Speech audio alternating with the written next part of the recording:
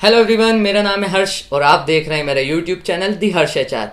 तो आज का वीडियो मैं इसलिए बना रहा हूँ क्योंकि अब मेरे पास लोगों के डीएम आना शुरू हो गए हैं, जो मेरे लिए एक बहुत अच्छी बात है। और आप लोगों को लग रहा होगा कि इस कमरे में बहुत दिनों बाद वापसी हुई है।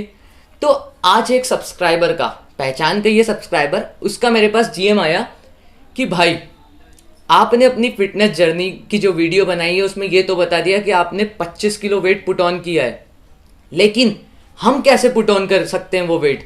आपने डाइट प्लान बताया, वो हम फॉलो कर रहे हैं, लेकिन हमें कोई खास रिजल्ट नहीं दिख रहे हैं। तो आप ये बताइए कि हमसे क्या गलती हो रही है और हमें क्या करना है और क्या नहीं करना है। तो भाई का क्वेश्चन बहुत अच्छा था, तो उस पर मैंने वीडियो बनाने का सोचा। मुझे टॉपिक भी मिल गया और साथ ही साथ उसकी भी हेल्प हो जाएगी और बहुत सारे लोगों को भी हेल्प मिल जाएगी। तो आज के इस वीडियो में मैं बताऊंगा कि मैंने क्या क्या गलती की है जब मैं वेट बढ़ा रहा था और आप लोगों को क्या करना है क्या नहीं करना है। तो मैं बिना किसी देरी के ये वीडियो शुरू करता हूँ।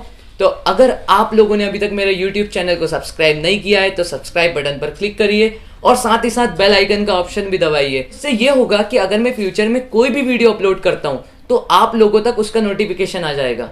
तो चलिए शुरू करते हैं। मैं आप लोगों को वेट गेन का सबसे पहला फंडा बता देता हूँ कि अगर 50% जिम है तो 50% डाइट भी आपका बहुत बड़ा रोल प्ले करती है वेट बढ़ाने में। वेट लॉस की बात हो, वेट गेन की बात हो, पूरा खेल डिपेंड करता है आपकी डाइट पर। आप क्या खा रहे हैं, ये फर्क नहीं पड़ता कि आप बच्चे हैं, बड़े हैं, लड़का है या लड़की। अगर आपको वेट बढ़ाना है तो आपको खाना पड़ेगा। अगर आप लोगों को अपना वेट बढ़ाना है तो आपको एक चीज़ का बहुत ध्यान देना होगा, जो होता है calories in versus calories out. Calories in का मतलब होता है कि आप अपनी कितनी कैलोरीज ले रहे हैं पर डे, और कैलोरीज आउट का मतलब होता है कि आप कितनी कैलोरीज खर्च कर रहे हैं। तो साइंस ये कहता है कि अगर आपका कैलोरीज इन अगर कैलोरीज आउट से ज़्यादा है तो आपका वेट बढ़ेगा, और अगर आपका कैलोरीज इन कैलोरीज आउट से कम है तो आपका वेट घटेगा।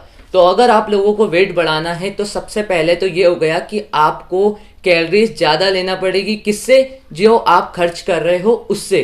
तो ये आप मेंटेनेंस कैलोरी से निकाल सकते हैं कि आप कितनी कैलोरीज खर्च करते हैं। गूगल पे मिल जाएगा कैलकुलेटर, और आपको उससे कैलोरीज ज़्यादा लेना है, कम से कम 300 से 500 कैलोरीज ज़्यादा। और वेट बढ़ाने में जो जो खास चीज़ें आपको ध्यान रखना है मैं आपको वो बता देता हूँ।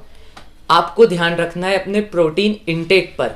अगर आपको वेट गेन करना है तो आप ये मत सोचिए कि सिर्फ वेट गेन करना है। अगर आप वेट गेन करेंगे तो मेरी जो गलती हुई थी मुझसे, मैं सिर्फ खाने पर ध्यान देता था। सिर्फ मुझे खाना था, मैं क्या खा रहा हूँ मुझे कुछ नहीं पता था। बस मुझे वेट बढ़ाना था, मेरा सिर्फ एक एम था।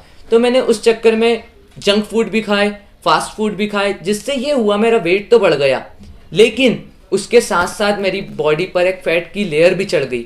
तो अगर आपको ये होने से रोकना है तो आपको प्रोटीन इंटेक पर ध्यान देना होगा। मतलब आपका वेट जितना किलोग्राम्स में है उतने ग्राम्स ऑफ प्रोटीन आपको रोज लेना होगा। उससे ये होगा कि आपका वेट तो बढ़ेगा लेकिन साथ साथ आपके मसल्स बढ़ेंगे, यानी कि आपका फैट थोड़ा कम बढ़ेगा और मसल्स ज़्यादा बढ़ेंगे। उससे ये होगा कि बाद में आपको चर्बी घटाना नहीं पड़ेगा। जो मेरे साथ गलती हुई, मैं ये बता रहा हूँ कि मैंने जब वेट गेन किया तो मेरे पे फैट की लेयर तो चढ़ी, लेकिन अब उसे कम करने के लिए फिर मुझे कटिंग करना पड़ी। जो आप लोगों को अगर नहीं करना हो तो आप लोग प्रोटीन इंटेक का बहुत ध्यान दें। मैं वेजिटेरियन नॉन वेजिटेरियन दोनों की बात करता हूँ। अगर आप वेजिटेरियन हैं तो आप पनीर खा सकते हैं, टोफू खा सकते हैं, और बहुत सारे प्रोटीन सोर्सेस होते हैं जैसे मूंग खा सकते हैं, चिकपीस खा सकते हैं जिन्हें हम चने कहते हैं, काले चने खा सकते हैं। और अगर आप नॉन वेजिटेरियन हैं तो आप अंडे खा सकते हैं, आप सैल्मन खा सकते हैं, आप फिश खा सकते हैं दूसरी प्रकार की, और आप साथ साथ चिकन खा सकते हैं, जो बहुत अच्छे सोर्सेस हैं प्रोटीन के। तो ये बात तो हो गई अपनी प्रोटीन की। अब बात करते हैं कार्बोहाइड्रेट्स की, जो एक बहुत बड़ा रोल प्ले करता है आपकी डाइट और आपकी वेट बढ़ाने में। उससे ही आपकी बॉडी एनर्जी प्रोवाइड करती है आपको। तो कार्बोहाइड्रेट्स में आपको लेना है होल कार्ब्स। होल कार्ब्स यानी कि जो कॉम्प्लेक्स कार्ब्स होते हैं उन्हें होल कार्ब्स बोलते हैं। और कॉम्प्लेक्स कार्ब्स कैसे होते हैं? जैसे brown bread, brown rice, white potato, और उसके बाद ओट्स होता है, चपाती होती है।